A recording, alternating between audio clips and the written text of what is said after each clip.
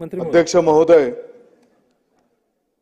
Auto rickshaw, taxi आदी वाहनांच्या संदर्भामध्ये वाहनांचे योग्यता प्रमाणपत्र नूतनीकरणास विलंब झाल्यास प्रतिदिन ₹50 एवढे विलंब शुल्क आकारण्यात येत होतं।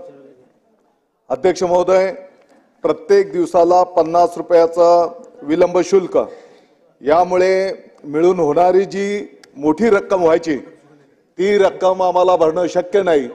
अशा प्रकारची मागणी संपूर्ण महाराष्ट्रातून रिक्षा, टॅक्सी चालक यांच्या माध्यमातून माननीय मुख्यमंत्री महोदयांकडे करण्यात आली। माननीय मुख्यमंत्री महोदयांनी या संदर्भातला सहानुभूतीने विचार करून संपूर्ण महाराष्ट्रातल्या ऑटो रिक्षा, टॅक्सी चालक संघटनेचं जे काही निवेदन होतं त्या निवेदनाची गंभीरपणे दखल घेऊन येणाऱ्या काळामध्ये हे ₹50 प्रतिदिन विलंब शुल्क आजपासून रद्द करण्याचा निर्णय त्या ठिकाणी करण्यात आलेला आहे।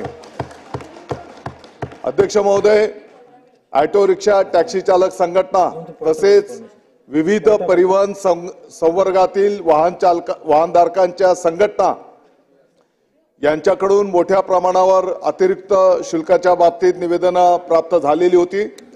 मोटार वाहन नियमातील राज्य शासनास प्राप्त अधिकाराच्या आधारे विलंब शुल्काबाबत वाहनधारकांना दिलासा देता येईल का याबाबत कायदेशीर बाबींची तपासणी करण्यात आलेली होती आणि याच्यासाठी लागणारा कालावधी योग्यता प्रमाणपत्र नूतनीकरणासाठी येणाऱ्या 15 वर्षाच्या आतील सर्व परिवहन वाहनांचे योग्यता प्रमाणपत्र नूतनीकरणास विलंब झाल्याच्या नंतर प्रतिदिन ₹50 जे काही विलंब शुल्क आकारण्याचा निर्णय होता।